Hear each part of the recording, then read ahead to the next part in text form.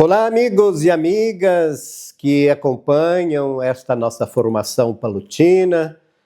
Já há alguns meses que nós estamos nos informando sobre a vida, sobre a obra do nosso santo fundador, São Vicente Pallotti. É uma alegria, um prazer poder ter você conosco nesta caminhada formativa. E hoje o tema é bastante interessante porque nós vamos falar de Pallotti no seu início de ministério, um sacerdote jovem entre os jovens. E sabemos que desde o início do seu ministério sacerdotal, duas coisas se destacam e despertam a nossa admiração pelo jovem padre Vicente Pallotti. Uma delas é a sua incansável dedicação apostólica e o seu vivíssimo espírito sacerdotal. Ele vivia intensamente para Cristo e para a Igreja e almejava que todos tivessem essa mesma dedicação que ele tinha. Assim escrevia ele certa vez: "Ah, quanto bem pode realizar um eclesiástico zeloso." 17 meses após a sua ordenação sacerdotal, especificamente no dia 24 de outubro de 1819, o neo-sacerdote padre Vicente Pallotti, em suas orações, ele reconhecia que o Espírito de Deus recebido no dia da ordenação lhe proporcionava graças abundantes capazes de produzir frutos para o bem do próximo. E no vigor da sua juventude, ele usava algumas palavras assim diríamos, de motivação, tais como empenhar, propagar e fazer com que se propague. Trabalhemos infinitamente, dizia ele, a todo instante infinitésimo. Entre tudo o que é divino, não há nada de mais divino que cooperar para a salvação das almas. E o seu foco não estava apenas no trabalho, mas numa ação que levasse todos à glória de Deus e à salvação das almas. Em relação às pessoas, o padre Vicente Pallotti ele valorizava principalmente o espírito de oração e de zelo ativo. Logo no início, então, ele já se demonstra interesse pelo apostolado. E no contato com as pessoas, ele demonstrava muita sensibilidade, valorizando os mínimos detalhes. Como, por exemplo, tinha o costume de saudar cada um dos seus colaboradores com um olhar fixo e com um aperto de mão bem apertado. Ele sabia surpreender as pessoas com um sorriso nos lábios, como que a dizer: você é muito importante para Deus. Segundo ele, quem não ama não pode viver. E dizia ainda: ou morrer ou amar infinitamente. Então vemos que o senso de fraternidade e de indiscutível liderança foram importantes no desenvolvimento da personalidade daquele jovem sacerdote. Ele manifestou, logo depois da ordenação sacerdotal, a capacidade de se fazer rodear de eclesiásticos dedicados ao apostolado, inspirando aquela fraternidade que mais tarde foi nota distintiva da sua fundação, o Apostolado Universal. Pallotti encantava as pessoas com seu modo acolhedor de ser, e ele via no outro a pessoa do próprio Cristo. Pallotti ele tinha então objetivos claros e viáveis. Ainda jovem, queria que todos os seus companheiros se filiassem à Pia União da Imaculada, recebendo o respeito, ou melhor dizendo, recebendo o respectivo escapulário propagado pelos padres teatinos para que a luta contra o demônio se desenvolvesse sob a proteção de Maria, concebida sem pecado. Queria também uma guerra sem trégua contra o maligno, suprimindo as ocasiões públicas de pecado. Ele estimulava as pessoas a terem metas e persegui-las. Um detalhe muito curioso, né, naquela época para os jovens. Ele os encorajava para não terem medo de fracassar, pois, segundo ele, não há pódio sem antes conhecer derrotas. E diante dos desafios da vida, Pallotti ele dava respostas incomuns para a sua época, diferente daquelas dadas por muitas pessoas. Como ainda hoje nós ouvimos dizer, né, não tem mais jeito, está tudo errado, está tudo perdido. Pallotti não tinha essa visão pessimista da vida. Aquelas pessoas que diziam isso não faziam nada para mudar a realidade. Ele estimulava então os jovens a pensar e a agir, pois, como nós encontramos no livro As Luzes, ele dizia, com Deus tudo posso. E na faculdade Sapienza, quando ele era professor, Pallotti lhe animava grupinhos de discussão, formados espontaneamente, assim, quando os rapazes saíam das salas de aula. Isso chamou a atenção dos professores que, 2 meses depois de sua ordenação, ele foi nomeado professor suplente de teologia. Isso o incentivou a organizar grupos de discussão após as aulas de teologia para reforçar os temas que há pouco haviam sido expostos. Padre Rafael Meli, um dos colaboradores de Pallotti,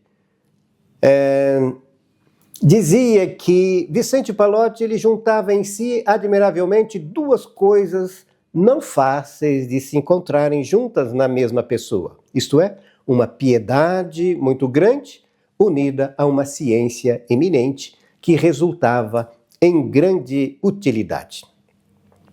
No seu fervor juvenil, em 1816, ele dizia: em todas as minhas ações e nas alheias, entendo que não se tenha outro critério ou finalidade que não seja Deus. Não quero nada na vida senão Deus. O jovem sacerdote, então, Pallotti, frequentemente ele meditou sobre o seu futuro como ministro de Deus e da Igreja. Ele não se contentou em apenas ministrar sacramentos e dar aulas, como muitos faziam. Em 1819, um ano depois da ordenação sacerdotal, ele começou a pregar à noite em praça pública, no centro de Roma. As pessoas conquistadas por suas palavras, cheias de fervor, cercavam-no e enchendo aquela praça a ponto de impedir a passagem das carruagens. Isso mostra a sua profunda sensibilidade em querer conduzir aquelas pessoas que se encontravam distante de Deus. E muitas delas, sedentas por ouvir a palavra de Deus, corriam atrás dele, atrás de novidades. E ao final da pregação introdutória, o pregador, Padre Vicente, juntamente com o povo, dirigiam-se para rezar e cantar na igreja de São Nicolau. As pessoas rezavam e o jovem padre as instruía e as confessava em seguida. E diante da dificuldade para pregar devido ao barulho da criançada, na praça, ele recorreu a um leigo para que ele também catequizasse as crianças. Algo inédito para aquela época. Enquanto ele instruía os adultos, Giacomo ensinava catecismo aos pequenos. Fazia-os cantar à vontade e atraía a atenção da garotada. Nasceram assim as escolas noturnas de religião para os filhos dos artesãos. Ele pregava exercícios espirituais no Morro do Janículo, ou seja, retiros. E não há dúvida de que, nesses primeiros anos de seu ministério, Padre Vicente se tenha especializado na que hoje nós chamamos de pastoral da juventude. Sem que ele suspeitasse ou soubesse, Deus lhe preparava um campo de trabalho mais amplo. Sem sombra de dúvidas, podemos afirmar que, em Pallotti, a exortação de São Paulo, que segue foi vivida integralmente por ele. O amor seja sincero. Detestai o mal, apegai-vos ao bem, e que o amor fraterno vos una uns aos outros com terna perfeição. Prevenindo-vos com atenções recíprocas. Sede zelosos e diligentes, fervorosos de espírito, servindo sempre ao Senhor, alegres por causa da esperança e fortes nas tribulações e perseverantes na oração. Isso nós encontramos em Romanos capítulo 12. O apostolado, então, de Palotti era um apostolado pleno de vigor. E diante das tantas iniciativas realizadas pelo nosso santo, isso talvez nos instigue a termos uma visão mais ampla para as tantas necessidades pastorais do nosso tempo. Assim, viveu o seu ministério. Ele instituiu e lutou por ideais nobres. E na sua juventude sacerdotal ele sonhava esperando por um futuro diferente. E não reclamava das dificuldades, um outro detalhe muito importante. E nem esperava pelas ações dos outros. Simplesmente agia e envolvia todos para ter sucesso na sua ação. Ele era também um jovem cheio de ousadia. Ele não repetia velhos conceitos, mas criava novas formas de evangelização. A oração era a sua companheira na estrada da vida. Não tinha medo de expor sua fé e de defendê-la publicamente. Nunca se rendeu às solicitações humanas, mas superou-as pela força da oração e dos sacramentos. Olhando para o Evangelho, encontramos a pergunta feita por Jesus: o que dizem quem eu sou? Podemos dizer que Palotti também dizia às pessoas: o que você experimentou de Cristo? Uma coisa é certa, o apostolado católico nos faz discípulos missionários, como nos ensina o documento de Aparecida. O discípulo, porém, só será missionário se for apaixonado por Cristo. O que aumenta a sua paixão é o encontro pessoal com Ele na Eucaristia, na vivência dos sacramentos, na escuta atenta da palavra e na devoção mariana. Tudo isso deve ser acompanhado por uma contínua conversão pessoal, como encontramos nas regras de São Bento, a conversão dos costumes. E seguindo o exemplo do nosso pai fundador, devemos ir ao encontro dos que estão afastados de Deus e que vivem na indiferença religiosa. Porém, surge uma pergunta: por que o apostolado católico ainda não é levado a sério por muitos cristãos? Primeiro, porque somos imperfeitos, isso é claro, e necessitamos de uma contínua conversão. E todos os dias devemos renovar a nossa opção por Cristo e de viver somente para Ele. Segundo, podemos dizer que perdemos tempo com coisas insignificantes, com preocupações inúteis, por discórdias na comunidade e por disputa de poder. Como aquela apresentada pelo Evangelho, eles discutiam para saber quem era o maior. Às vezes perdemos tempo criticando a igreja, porém nada fazemos, ficamos apenas na crítica. E Palotti, por sua vez, nunca criticou as estruturas do seu tempo, mas propôs uma nova maneira de viver o cristianismo, reavivando a fé e reacendendo a caridade. Como discípulos missionários, somos convidados a sair do nosso conforto e ir ao encontro daqueles que estão distantes de Deus, daqueles que estão confusos, perdidos, doentes e que vivem uma vida sem sentido. Muitos não precisam ser apenas resgatados em sua fé, mas principalmente em sua humanidade. É comum ouvirmos a expressão: onde estão os nossos jovens? Eis a questão. Eles estão próximos de nós. Estão nas nossas casas, no nosso bairro, nas escolas, nos shopping centers, nas avenidas, nas baladas. Muitos estão perambulando pelas ruas, como dizia Jesus, como ovelhas sem pastor. Muitos deles já foram interceptados pelo mau pastor, por aqueles que se aproveitam de seus sonhos juvenis ousados para lhes oferecer não uma vida abundante, como nos propõe o Evangelho, mas uma vida limitada que leva à verdadeira destruição e ao fracasso. Mas todo jovem quer viver, quer produzir algo novo, sonha grande. Mas falta-lhe a acolhida e oportunidades para transformar muitas realidades caducas. A pergunta que paira no ar é: como surpreendê-los com algo fascinante que os leve a sair da inércia para queimarem suas energias juvenis com algo que edifique a si mesmo e os outros?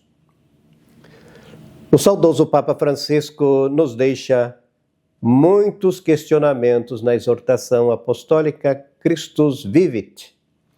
Ele fala aqui de uma escuta ativa e do protagonismo quando se trata de acolher a juventude.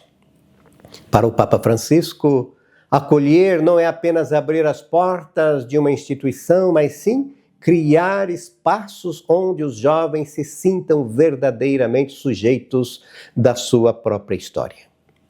Aqui estão os pontos centrais da mensagem do Papa sobre este acolhimento, baseados principalmente na exortação apostólica Christus Vivit. Primeiro, uma igreja de portas abertas e sem julgamentos. Francisco defende que o acolhimento deve ser incondicional. Ele critica uma postura defensiva ou excessivamente moralista que afasta quem não se sente perfeito. Acolher a fragilidade das pessoas. O Papa pede que a igreja saiba receber jovens que vivem situações de fracasso, dúvida ou que estão distantes da prática religiosa tradicional. A questão da linguagem, devemos ter uma linguagem de proximidade. Ele sugere que o acolhimento deve ser feito com a linguagem do amor, que é mais compreensível do que sermões teóricos ou moralistas. O segundo ponto é o protagonismo juvenil. Para o Papa Francisco, os jovens não são o futuro, mas o agora de Deus. Não ao asfalto, ou seja, ele usa a metáfora de que não se deve asfaltar o caminho dos jovens, mas deixá-los criar novas rotas. Acolher significa dar espaço para que eles liderem e tragam novas ideias, mesmo que isso cause alguma bagunça, segundo, entre aspas, né? Como diz o Papa Francisco. Escuta empática. Acolher começa por ouvir.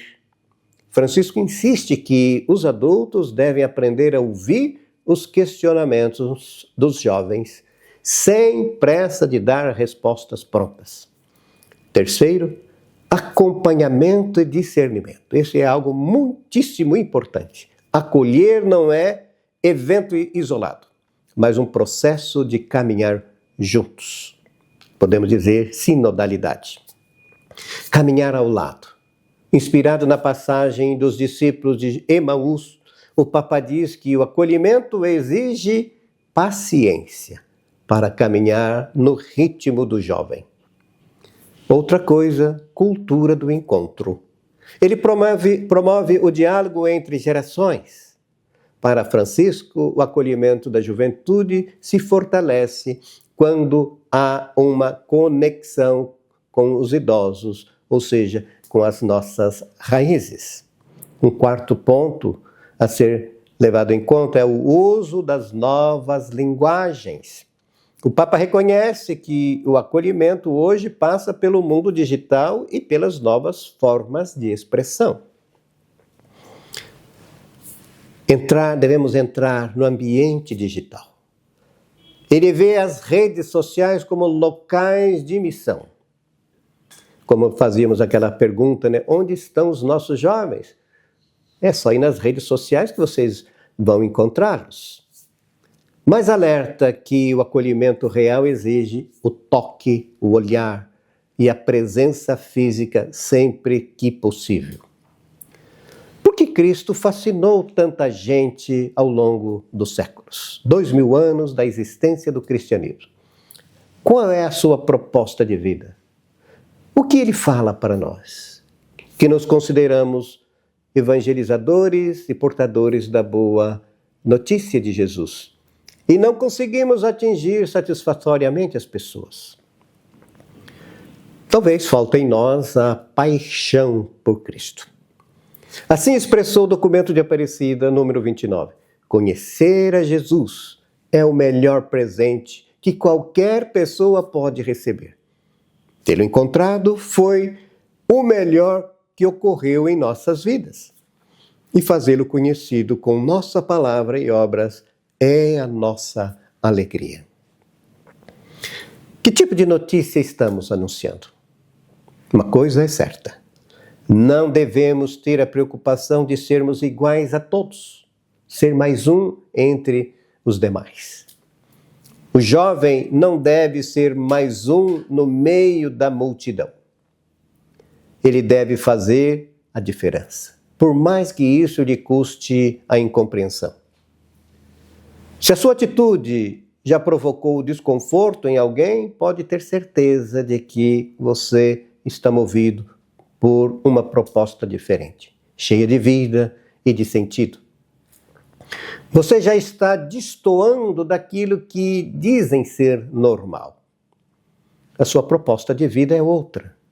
E diante dessa realidade, Jesus tem uma palavra: não tenhais medo. Talvez um dos maiores problemas que levam o jovem à dispersão, a sair da igreja, é que ele se depara com uma enorme gama de informação, tudo ao mesmo tempo, e falta-lhe maturidade suficiente para fazer a melhor escolha. Ou então prefere aquela que mais lhe dá satisfação momentânea. Porém, fica a pergunta no ar: como mostrar para eles algo de valor diante das propostas carregadas de emoções e de sensações imediatas? Muitos estão fragmentados emocionalmente diante de tantos desafios familiares e sociais e por isso procuram meios de fuga. Hoje, mais do que nunca, devemos procurar curar suas feridas interiores para que estejam abertos à graça de Deus e às necessidades dos irmãos. E a melhor maneira de buscar a Deus é ouvir o que Ele tem para nos ensinar. Essa escuta, porém, deve ser diária e bem conduzida.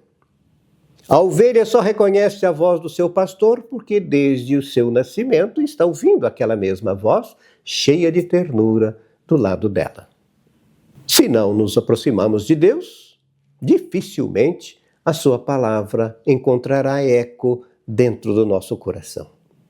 Daí surge a urgência de criarmos momentos de encontros, de oração, de lazer e de partilha. E se tivermos uma espiritualidade superficial, nossos discursos serão sempre vazios e estéreis. Não surpreenderemos ninguém com o nosso modo de ser e muito menos fascinaremos alguém com o nosso modo de viver. Olhando então para este nosso grande santo que tanto fez pela causa do reino, devemos nos perguntar que o apostolado também nosso, ele está sendo criativo como a do nosso santo fundador, para que possamos ajudar as pessoas a caminharem, a se lançarem na igreja, no projeto de Deus sem medo, confiando sempre na inspiração divina. É isso que eu desejo a você, que possa meditar, refletir sobre tudo aquilo que nós vimos até agora e agora, de modo particular, com essa formação sobre o Pallotti jovem, que teve uma visão muito grande na evangelização que se desembocou, então, na criação da União do Apostolado Católico. E vamos deixar 3 questões para a reflexão, para assim facilitar a sua meditação. A primeira, como Pallotti viveu os seus primeiros anos de sacerdócio? A segunda questão, o que devemos fazer hoje de relevante para que nossos jovens se entusiasmem pelas coisas de Deus e pelo progresso da pessoa humana? E por fim, a última, terceira, na sua opinião, quais são as necessidades mais prementes, mais urgentes da nossa juventude? Ficamos por aqui. Desejo-lhe muito sucesso na sua formação e que Deus abençoe a cada um de vocês. Em nome do Pai, do Filho e do Espírito Santo. Amém. Deus em tudo e sempre.